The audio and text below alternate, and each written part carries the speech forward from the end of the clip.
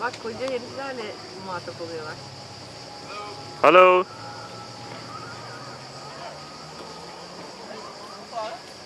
Hello. I'm from Turkey. Oh, TR is Turkey. Okay, I was like, TR, where's TR from? Hi! Çocuklar gelin. Bak kim geldi.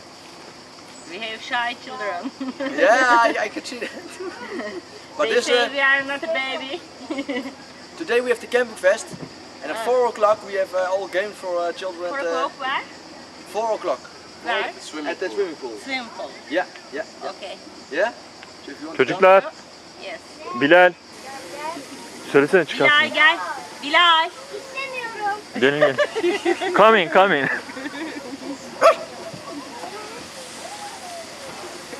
Bilal. Awesome. Come, Hoi. come on. Come on. Enes gel böyle. They are watching movie Ah, okay. on TV. You Thanks. arrived there already today or before? Or? When did you arrive? Arrived, yeah. Yesterday. Yesterday. Okay. How long you stay? Enes konuş bakayım.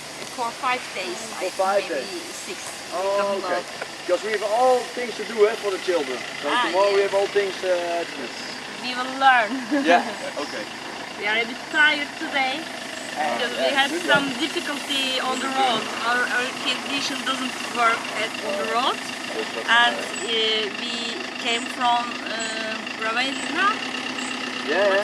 Ravenna Yeah, is yeah. true spelling, and we looked for camping and a bit tired today. Yeah, okay. I can understand. We need a bit rest. Yeah, okay. Yeah. Absolutely. Okay.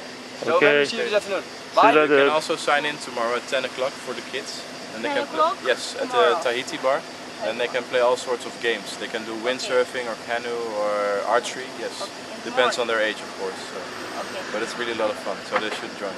Thank Yes? you very much. Thank you. Okay. See you Bye-bye. later. Ciao. Sağ ol.